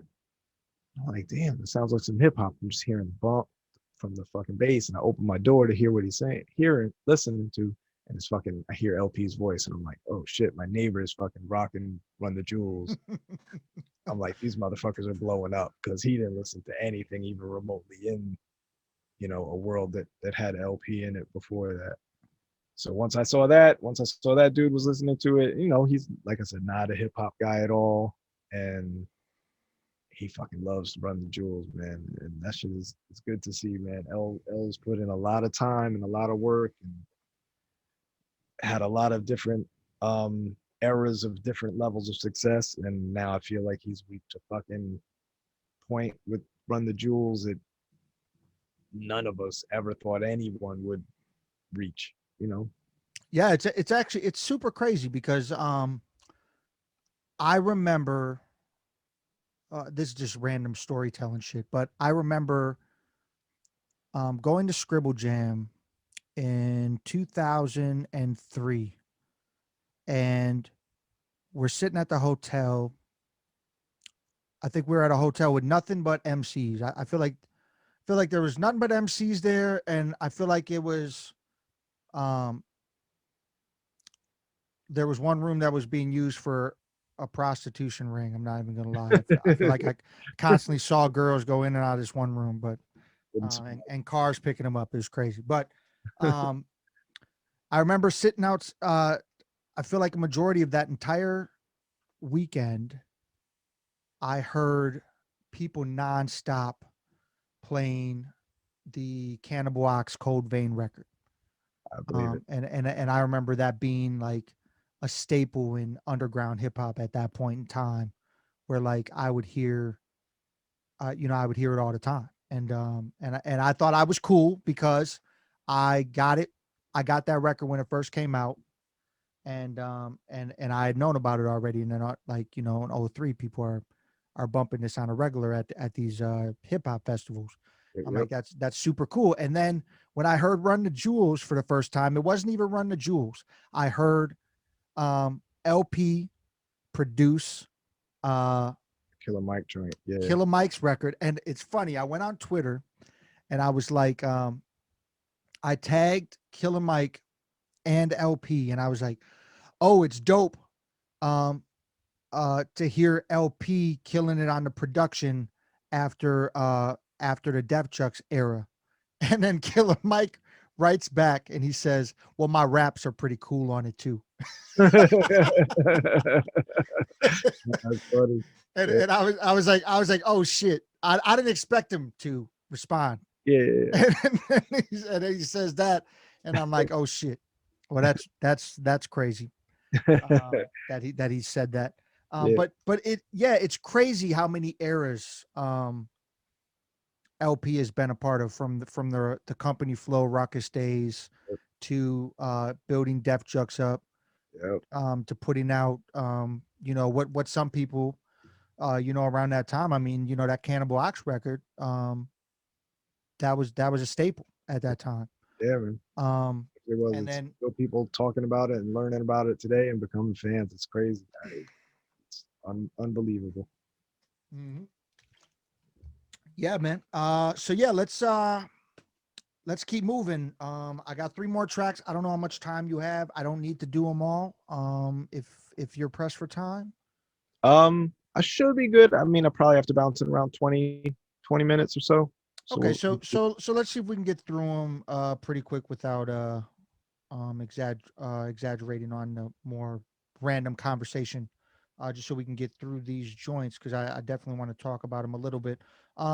Wasted, 3 sheets. Yeah. So that joint. Yeah, I mean, how did that one come about? Honestly, like, I was in Brooklyn, I was single, I was going out to bars, drinking, sometimes more than I should have.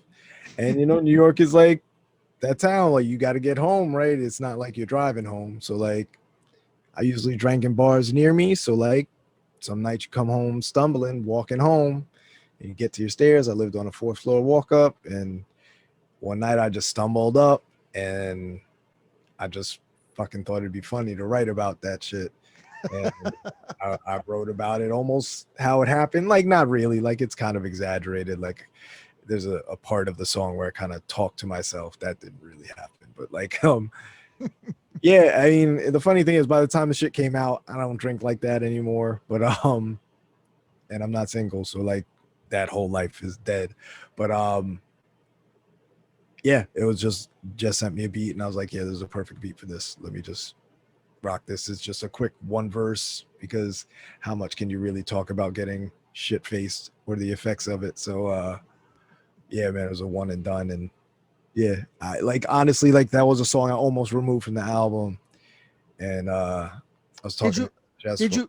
Did you do it? Did you almost remove it because you're in a relationship now? No. I mean, nothing in the song is really about like girls or anything. Or okay. And my girl, she when I met her, she was a bartender, so it's not like she's against drinking, and we do go out and drink. But like, the reason I almost pulled it was just because I didn't feel like, I mean, it's a serious record, I guess, but it's kind of tongue-in-cheeky, and the rest of the album is kind of serious, so I didn't know if like it fit the vibe. But I'm glad I put it on there, and I can't take any credit for putting it on there. It was like, I was sending the songs to Jess after I finished them, and I was like, yeah, I don't think I want to put this song on. And I was like, just put these songs on. He listened to it, and he was like, nah, man, you got to put that shit on. I got the perfect like little segue into that song to make it make sense within the context of the album. And yeah, man, I owe that shit to Jess. I'm glad it's on there.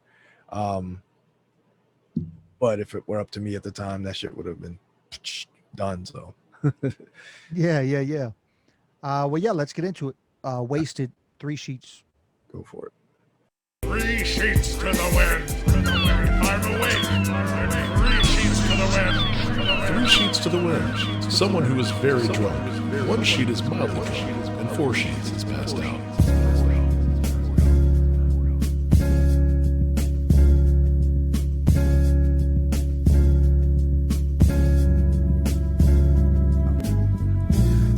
A little before midnight, Facebook dislike, mandatory fist fight, the anti-social media mogul, the sepia tones blue, the medium crow flew, a crooked line directly back to the nest, early to rest, early to quest, the soundtrack surely it's jest, but this is no laughing matter as I stagger up steps, The damn steps won't stay still, and my stomach can't wait till home base to spill. Should've kept better track of how much I swill, but I'm a fish to water or a whale to krill. And the world is a vampire, told round the campfire, stuck in the quagmire. One more flight in the swirling stairwell, not sure if I'll fare well. I'm feeling the air swell, sweating bricks big enough to stop the huff and puffs, sober up enough to grunt. I fumble with the keys and hear a mumble saying, oh shit, that was me. Wagging tail, it's that canine greed and make way, or getting unwanted late night feeding. The dexterity of a walker, my mobility falters, time to pray at the altar.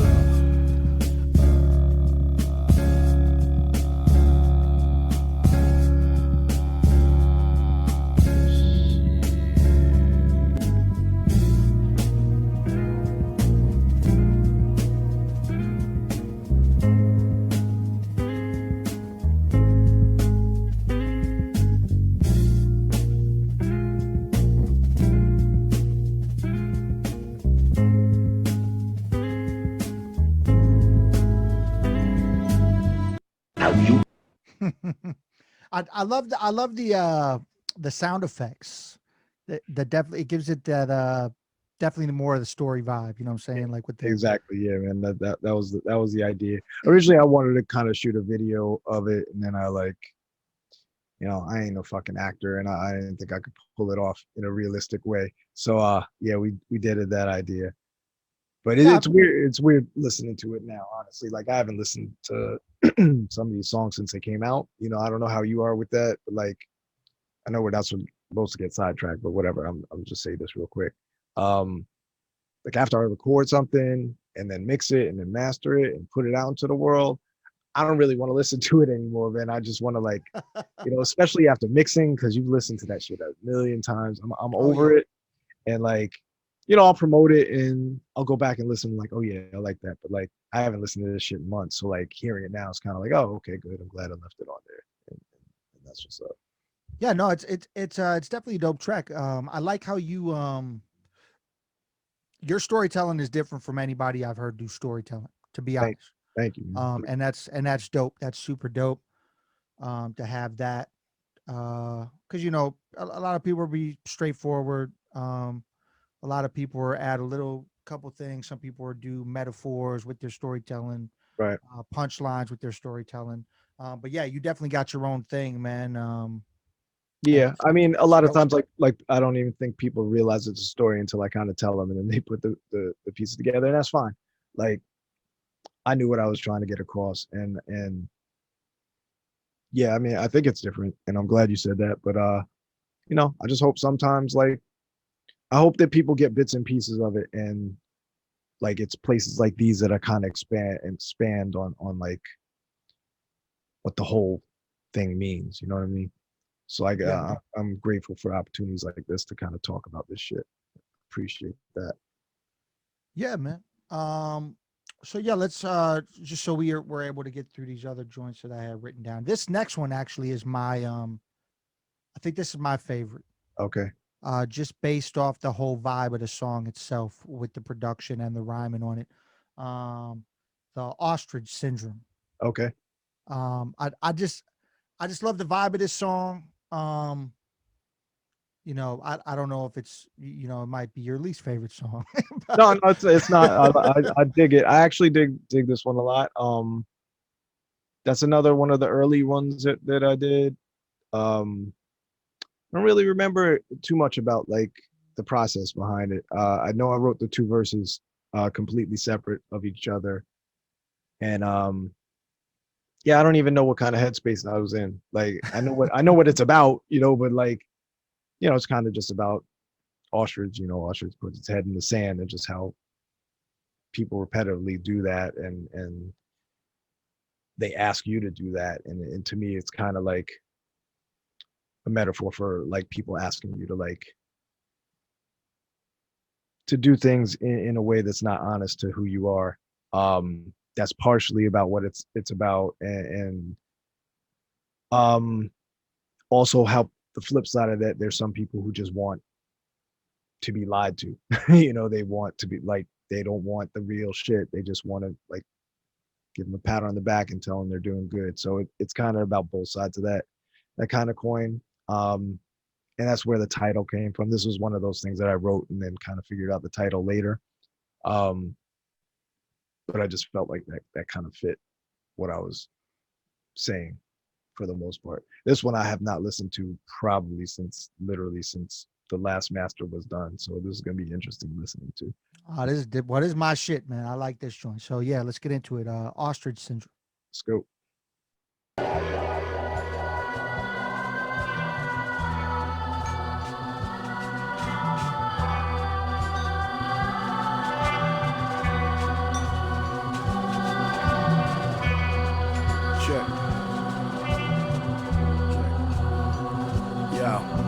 The truth set me free, but from the furnace to the hornet's nest, got it off my chest, removed the heft to see the scorching flesh. On my best behavior, made some major improvements. Parade through these illusions and choose to keep moving.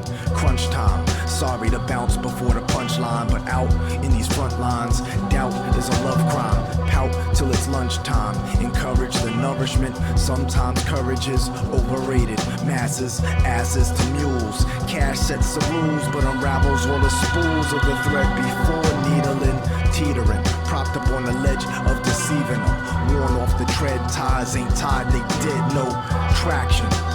Icy floor, crashing, only see that passion directly after he's cashed in. Won't tell you how to live, so don't tell me how to die. Just tell me what I wanna hear and lie, lie, lie. Just tell me what I wanna hear and lie.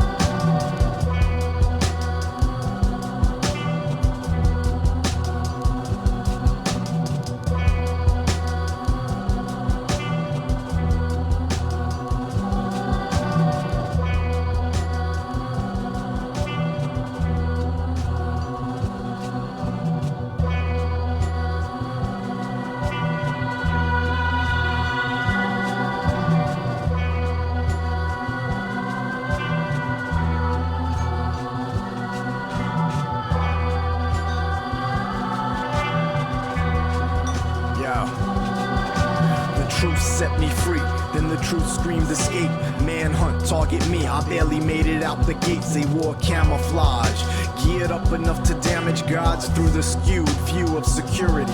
Camera fog, cattle prod, shocking catalog of options. Those early to opt in got parasols blocking sunbeams, shade in the face from her grace. Sugar plum dreams erase all trace of that taste that's been festering for years.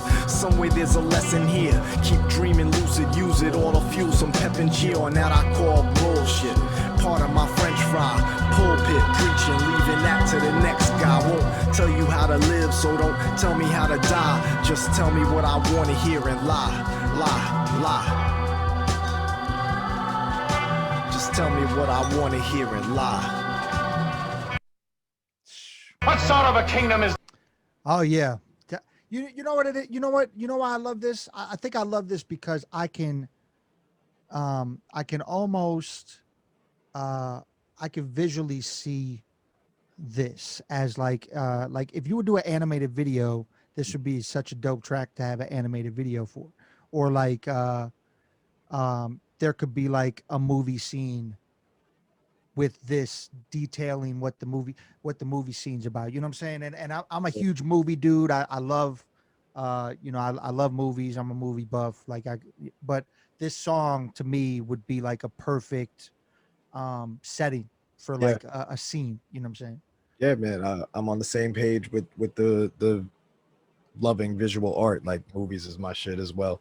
So like sometimes like trying not to get too sidetracked, but my original love even before music was film. Like that was my shit. That's what I wanted to get into. That's what I wanted to make. And like, I almost went to film school, but they wanted me to act. And like I said, acting is just not my thing. I don't want to do that shit. I tried acting for a while. So like when I write, a lot of times it's with that in mind. It's like I can see the visuals of it. So I think that's what you're kind of talking about. Like, I'm glad it comes across because like when I write, sometimes I'm trying to be really like descriptive, like yeah. And a lot of times I write like with the scenes in my mind, like, which is kind of tough because I can never shoot the shit that's in my head, you know, like I'm just I don't have that, Yeah, that yeah, yeah, level yeah. of skill behind the camera. But yeah, man, I appreciate you even just noticing the visual side of it, because that's kind of big into Oh what I'm. yeah, Yeah. yeah, definitely, definitely, man. So yeah, let's wrap this up and then we'll do a little outro thing. But I had political Tinder. Okay, that's one of my probably my favorite track. Yeah, this joint's dope. The message behind it is dope. Um, yeah, let's just get into it and then we'll come back and talk about it. All right, let's go. Here we go. These broken mirrors can't hold them back. Before the beholder goes comatose, behold the traps. And nah, we ain't over that. Grudge hell, war and love of hell. Know the facts, like the ledge. These birds in my hand are worth less than a flock in the hedge. Don't drop the eggs. It didn't start and won't end well. Endless head swell leads to long walks on eggshells. And stay drenched in eloquence. Ivory Coast, but please, bros, don't poach the elephants. Give less than 2 fucks to your relevance or your love for them Ku Klux Confederate degenerates. Put that in your pipe and pass some butane. Endless support for that Hussein Barack. Second term murderer yelling who came to rock. With a Chris Rock mic drop, Fox twist the plot. Both sides bathed in ignorance. Trump's toupee looks like fox hair, no coincidence. Payback's a bitch, and that bitch charges interest. Swipe left in this political Tinder syndicate. Flinging shit semi and militant and uptight. Neanderthal vigilance, no interest in walking upright. Same old predicament, can't kick it through these uprights. Embrace the ambivalence because we're all fucked, right? These broken mirrors can't hold them back. Before the beholder goes comatose, behold the traps. Nah, we ain't over that. Grudge is hell, war and love are hell. They say no to facts. That's right. They say no to the facts. And we say, know your facts. Fuck the media. PIRATA.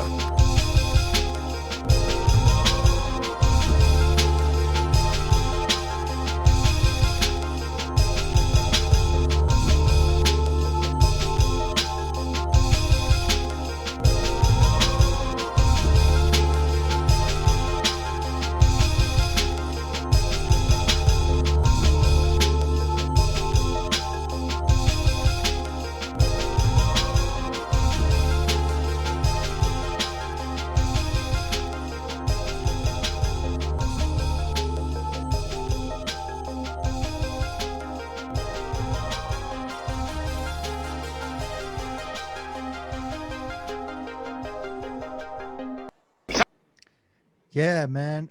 Man, it's like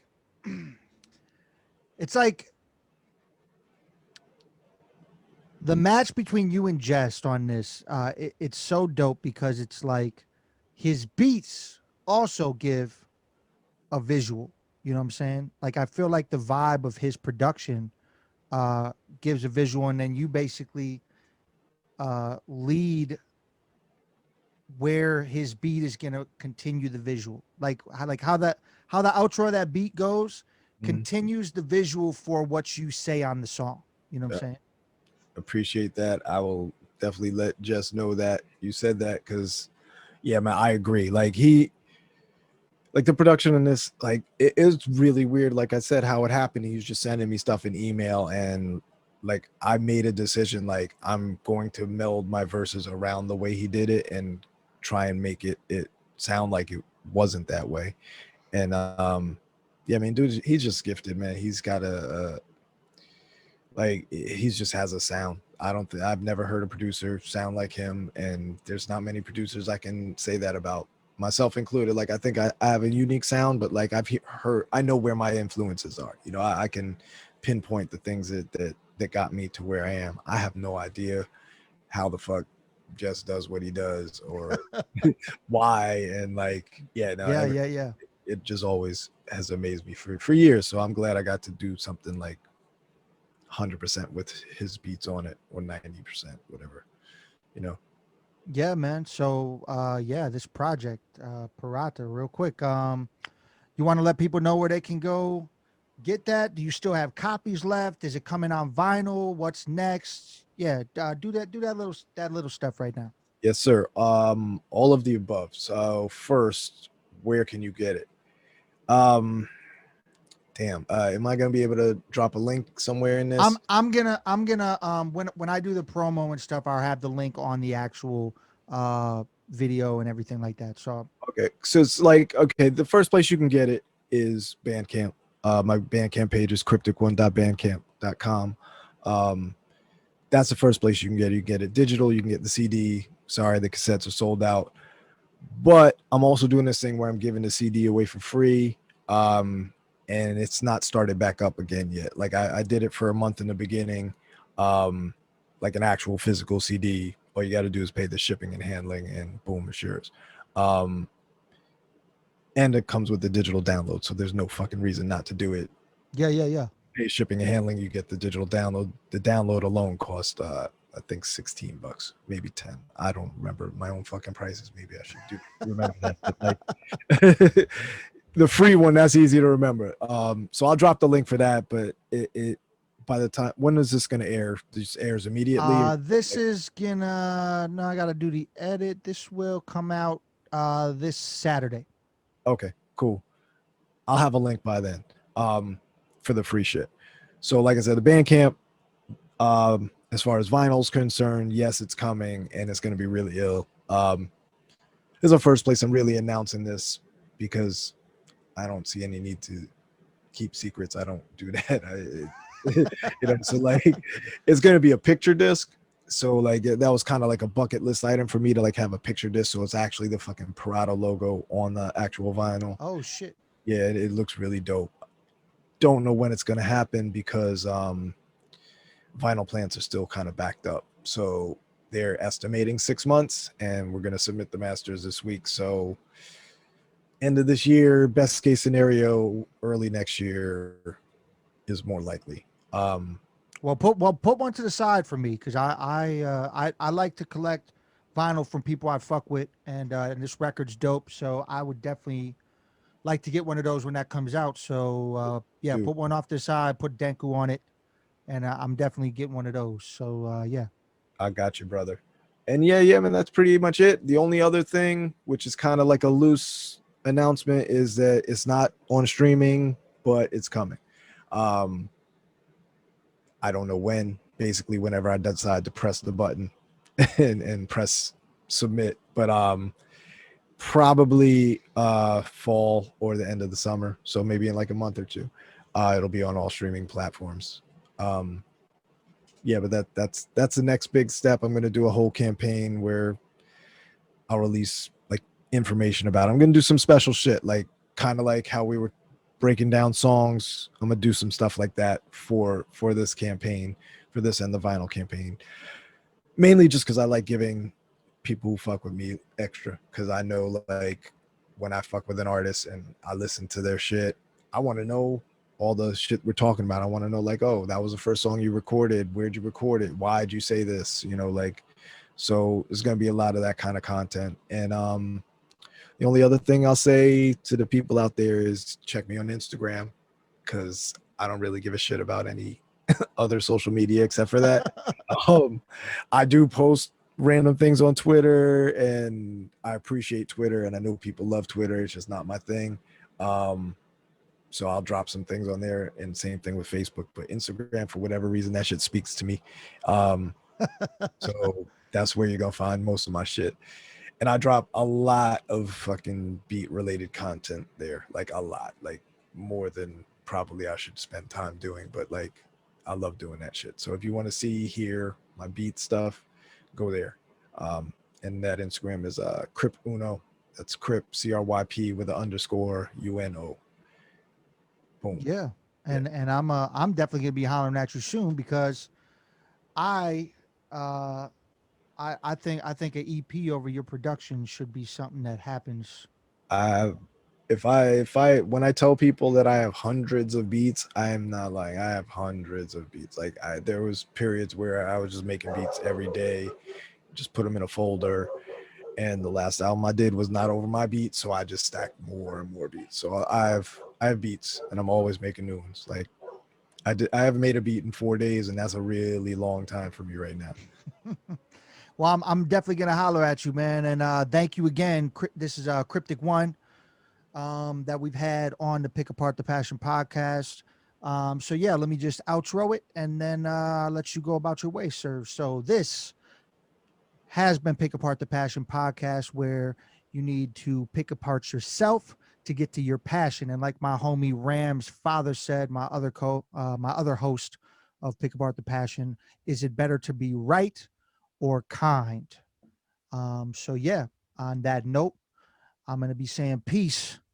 Cryptic One, thank you again for coming on the Appreciate podcast. that, Like I said, this is going to air Saturday, as long as there's no, something that stands in the way of that happening. But yes, this will be coming out Saturday. And yeah, thank you for your time again, man. I appreciate it, man. All right. Peace. You have a good night. Peace, brother. The death of regret. And Ian is shedding no more tears for her. None. Not one. See, I awaken from my slumber to pull the wool from my eyes, and awaken to the clouds and sound of thunder instead of the sunrise. Eyes adjust, focal clarity, melancholy, melodrama, the trauma of my life tragedy, majesty of depression, confessions to lessons learned. Therapeutic music, my grip on reality less than firm. See, percussion, it's a cushion on which I now rest my head. I'm in that situation, barely seconds after the laughter of the first nourishment of me being publicly breastfed.